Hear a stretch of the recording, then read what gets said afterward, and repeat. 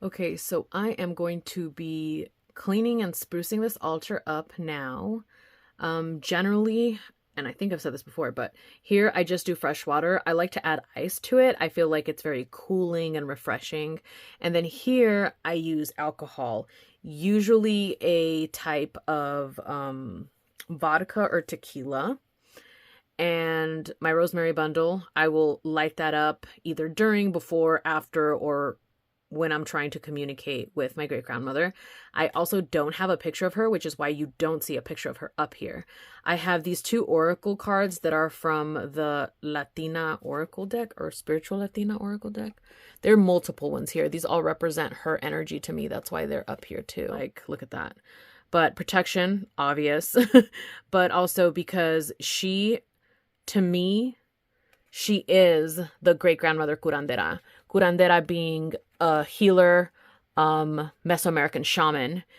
She was actually she was a lot of things because she also provided remedies for the people that were her neighbors in her rancho, pueblo, village. I'm not exactly sure the term of it because it was not a city. They didn't really have a doctor, like a hospital nearby. So she would provide herbal cures to a lot of the people around there. Okay, where was I? She was also someone who would help women when they were going to deliver their children. So she was a midwife. And there's a couple of stories that I could share on here maybe later on down the road about her that I've learned from my grandmother. But yeah, so this one just represents her and her energy. And then down here, there's also other correspondences. Indigenous knowledge is a huge one, especially because of like the origin stories of how my great grandmother even became or came to do those things, right? And then with that comes the whole protection, the egg cleanses, the feathers, the herbs.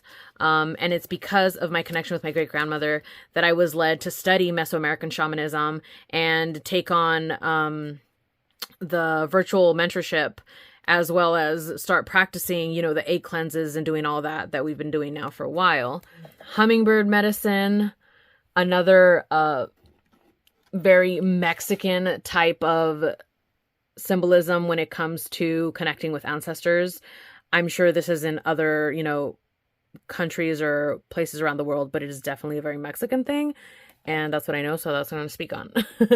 And then spider medicine, because it is through the spider that I felt connected with my grandmother. And I would have to really dig back into my older Book of Shadows to see how that first came to be. But this is definitely a part of how I connect with her. And when I've journeyed, it is through the spider that I have found my great grandmother. But yeah, I'm going to go ahead and refresh her altar. And then the cinnamon is just an offering to her. Sometimes I'll burn it and sometimes I'll just leave it up there for her. Oh, also down here,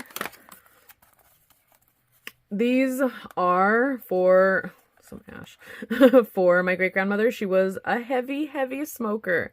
So sometimes I'll break up one of these and just sprinkle it around as an offering. Sometimes I'll light one for her and sometimes I'll smoke part of one with her. Let's take these babies so we can wash them, because that's a sign of respect. The way that I see it is keeping these things clean.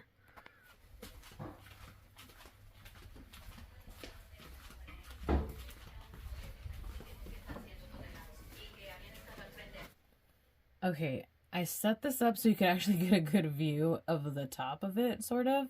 I'm gonna go ahead and clean off this little ash slash residue of rosemary.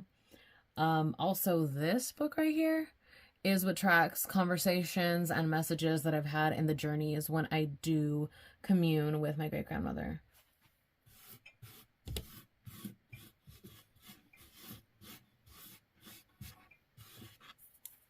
So it's not a lot, but you can also use this for workings if you feel so inclined.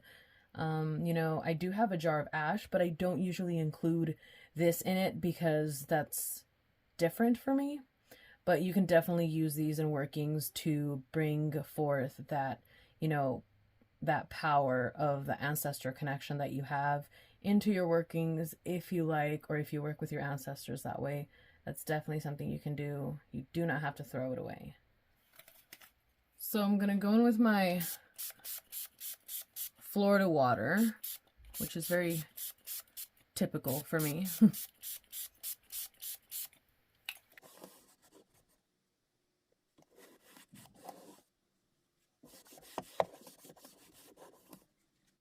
And all these like stains and other things, a lot of those are from previous offerings or oils, because I do like to anoint it with oil as well.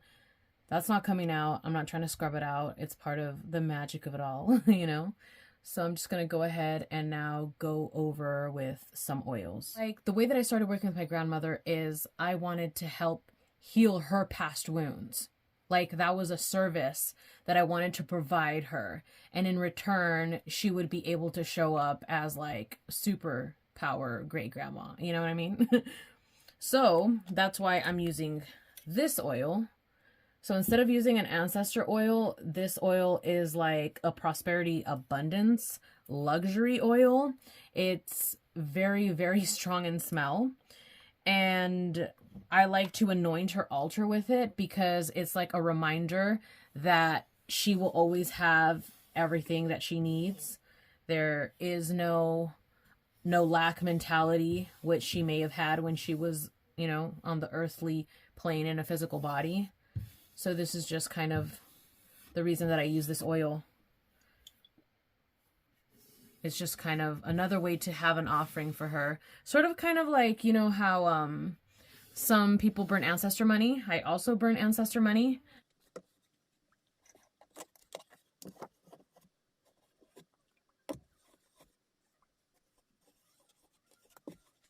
So I'm going to start putting things back on the altar.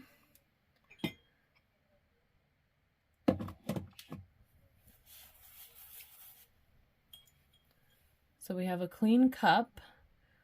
I'm going to add some ice to it. And I'll bring the water later on. I just really like the idea of using ice and the association of quenching thirst and it feeling refreshing as it goes down the throat. Like those associations are really strong for me. So that's why the ice is key. Once I started using it, oh my gosh, can I talk? Once I began using it, I couldn't unuse it or not use it, whatever. Clean little shot glass. And if you regularly do alcoholic offerings or whatever type of offerings in the same container, which is kind of like the way you should stick to doing it. Obviously, you're not going to drink out of these either. You know, they're just for the ancestors. You really want to clean it thoroughly because you can get residue buildup.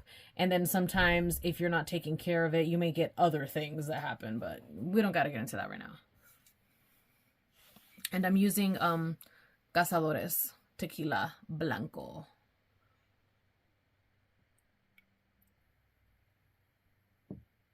She probably wouldn't care too much, but I like sticking with Cazadores tequila.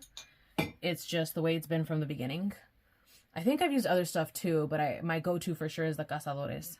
And then my little recycled, upcycled card holder that I made and spray painted.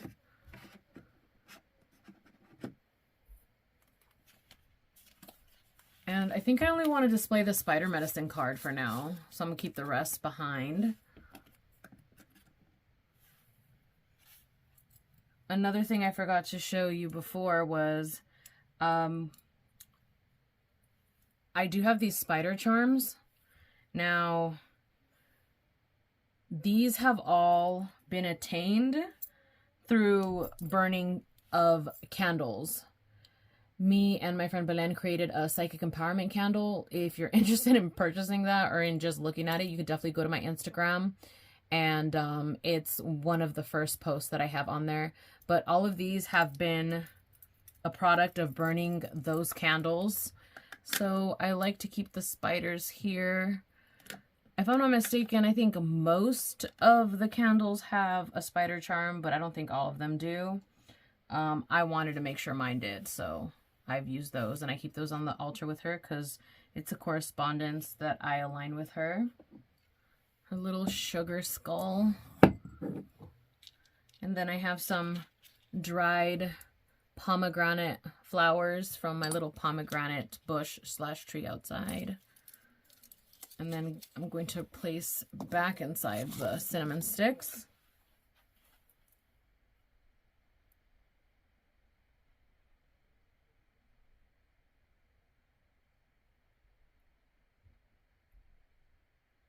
The only thing I have left to do is to go and get some water and pour it in. I'm not going to show that because I already think this was a little bit on the longer side.